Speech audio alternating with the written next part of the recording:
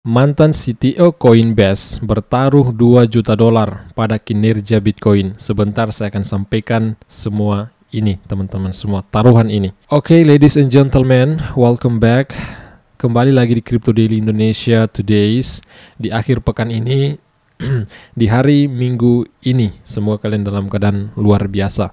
Seperti biasa, saya akan kembali mengupdate lagi pemberitaan kripto, apa yang terjadi di ruang kripto saat ini ya. Saya akan singgung juga secara technical analysis sesuai dengan apa yang saya sampaikan di video sebelum ini. Di situ saya katakan kemungkinan Bitcoinnya akan terkoreksi, dan ternyata analisa saya betul, teman-teman semua, sesuai dengan pola yang kami sampaikan pada saat video kemarin itu ya, video sebelum ini, seperti itu. Oke, jangan lupa ya, sebelum kita mulai, kalian tinggalkan jejak kalian dengan cara smash tombol like-nya, subscribe, bunyikan loncengnya. Kita akan masuk dulu secara technical analysis kembali, kita akan mengintip. Nah, di sini kita melihat kinerja Bitcoin di hari kemarin ternyata dalam performa bearish, terjadi pola candle bearish, teman-teman semua.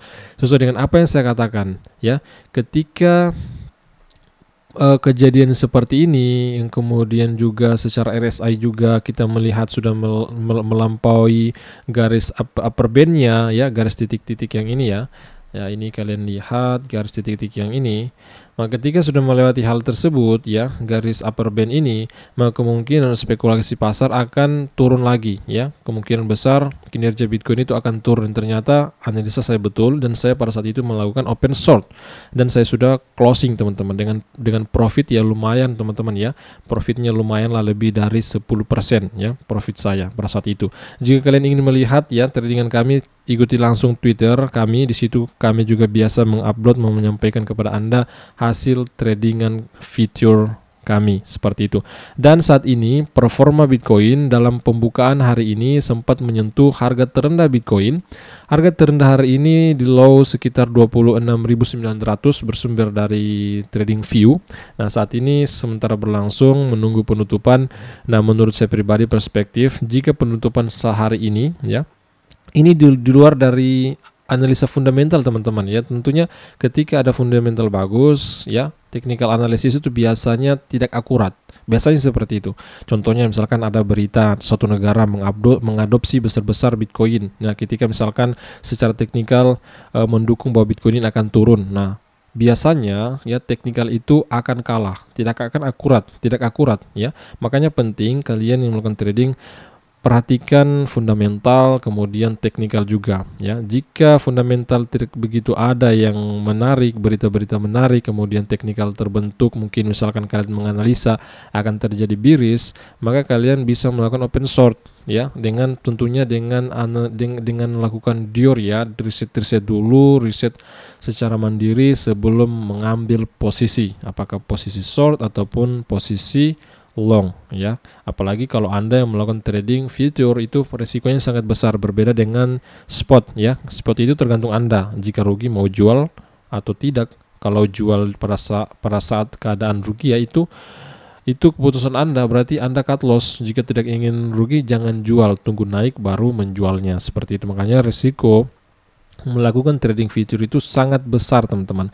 Nah, posisi saat ini kita kembali ya melihat posisi dari candle hari ini sementara berlangsung membentuk pola candle bullish. Selagi kita menunggu, kalau terbentuk ya, mungkin ya penutupan hari ini di tanggal 19 ini, kemungkinan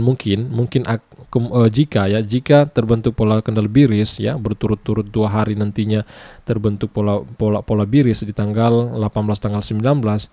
Nah, kemungkinan memang akan turun lagi jika tidak ada berita fundamental yang bagus untuk Bitcoinnya, teman-teman semua. Perhatikan hal tersebut ya, jika ingin melakukan trading.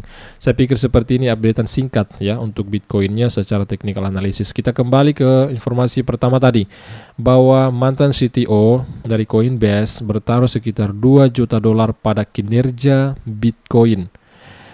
Yang namanya adalah Balaji Srinivasan memperkirakan Bitcoin akan mencapai 1 juta dolar dalam waktu 90 hari sebagai konsekuensi dari hiperinflasi di Amerika Serikat. Maksudnya apa, Bang? Hiperinflasi. Mungkin di antara Anda belum tahu apa sih hiperinflasi. Nah, hiperinflasi ini inflasi yang tidak terkendalikan lagi. Artinya inflasi sudah sangat tinggi, mungkin 50%, 60%, 70%, 80%, 90%. Nah, itu bisa dikatakan hiperinflasi.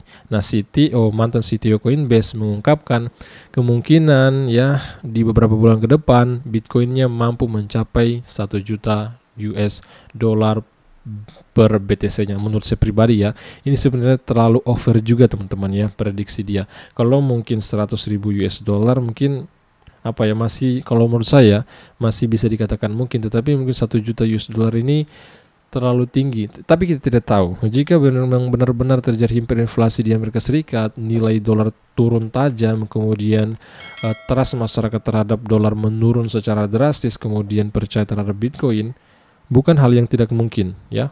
Beberapa bulan ke depan di tahun 2023 ini, Bitcoinnya sanggup memenuhi harga 1 juta, mampu duduk di harga 1 juta US per BTC-nya. Itu menurut saya kemungkinan sih seperti itu. Next, mantan Chief Technology Officer atau CTO dari Coinbase, Balaji Srinivasan, telah membuat taruhan jutaan dolar pada Bitcoin. Harga selama 90 hari ke depan. Dan kita melihat ya, jangka waktunya pun sangat pendek teman-teman ya, hanya 90 hari ke depan. Memprediksi harga cryptocurrency akan mencapai 1 juta US dollar pada 17 Juni mendatang.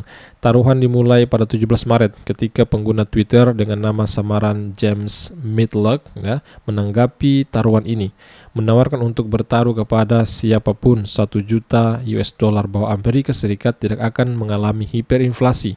Beberapa jam kemudian, mantan CTO Coinbase menerima taruhan tersebut. Artinya menerima taruhan dari nama Twitternya ya, James Matlock ini, bahwa di beberapa bulan ke depan Amerika Serikat akan terjadi hiperinflasi. Sedangkan si James Matlock itu mengatakan tidak akan terjadi. Sementara mantan CTO dari Coinbase mengatakan akan terjadi hiperinflasi di Amerika Serikat di beberapa bulan ke depan. Bagaimana pandangan Anda terhadap taruhan ini teman-teman semua?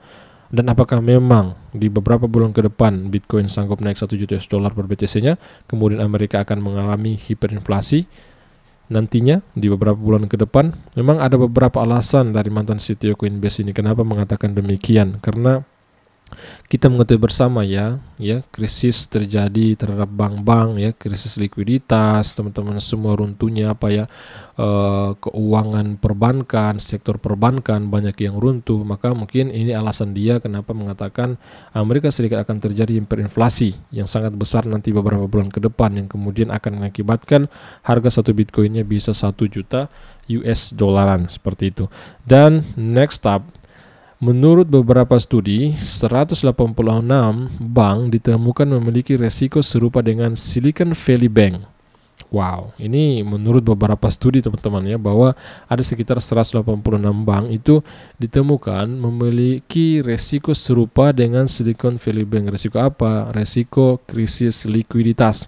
Total aset yang dimiliki tidak sesuai dengan total yang disetor oleh deposan atau depositors mereka. Sebuah studi baru-baru ini oleh para ekonom mengidentifikasi 186 bank beresiko. Bank-bank ini menghadapi masalah yang mirip dengan penyebab runtuhnya Silicon Valley Bank. Silicon Valley Bank runtuh awal pekan ini karena aset bank berkurang akibat kenaikan suku bunga. Hal ini menyebabkan pelanggan yang khawatir menarik simpanan mereka yang tidak diasuransikan. Jadi penyebab runtuhnya Silicon Valley Bank, saya ingatkan kembali kepada teman-teman bahwa para deposan mereka, depositors mereka itu melakukan penarikan bersamaan secara besar-besaran. Sedangkan dana Silicon Valley Bank tidak cukup teman-teman semua.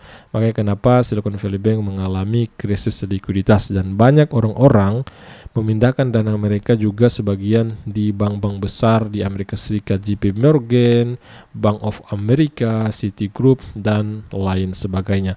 Next, kemudian saya mendapat informasi tambahan lagi datang dari Microsoft.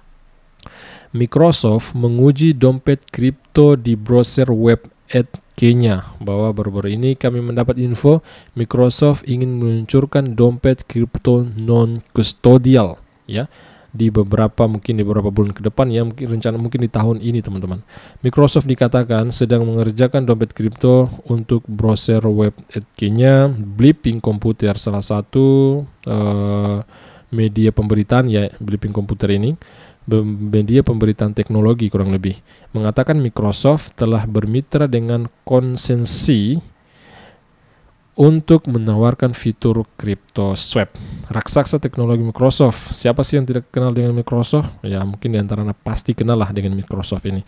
Sedang mengerjakan dompet kripto non custodial. Ini non penahanan karena ditranslate ke Google teman-teman ya.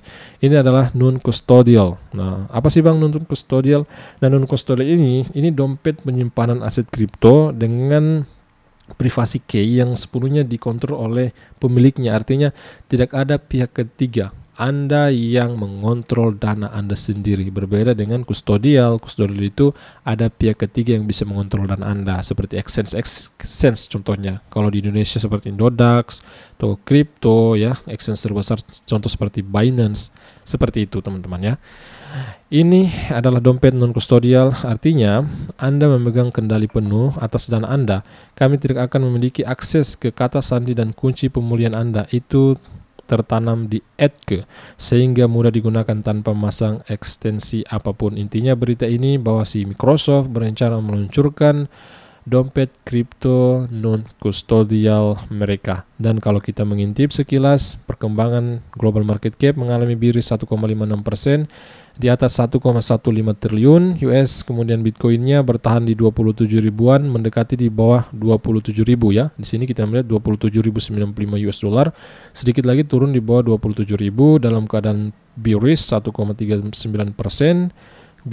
Ethereum mengalami penurunan 1.780 US per Ethereum, turun 2%-an. BNB 2% dan beberapa altcoin lain terlihat mengalami juga penurunan dalam 24 jam terakhir. Saya pikir video kali ini cukup sekian. Semoga apa yang kami sajikan di hari ini, di akhir pekan ini, kalian bisa mengambil pelajaran dari sini, kemudian bisa menambah wawasan Anda apa yang terjadi di ruang cryptocurrency. Hargai video ini, sangat mudah dan gratis ya. Cukup smash tombol like ini, smash tombol like video ini, subscribe, bunyikan loncengnya, dan ikuti juga kami di Twitter agar Anda mendapatkan info-info juga yang menarik dari kami di ruang kripto melalui saluran Twitter kami. Saya pikir cukup sekian ya. Sampai jumpa video besar berikutnya. See you tomorrow my friend. Bye bye.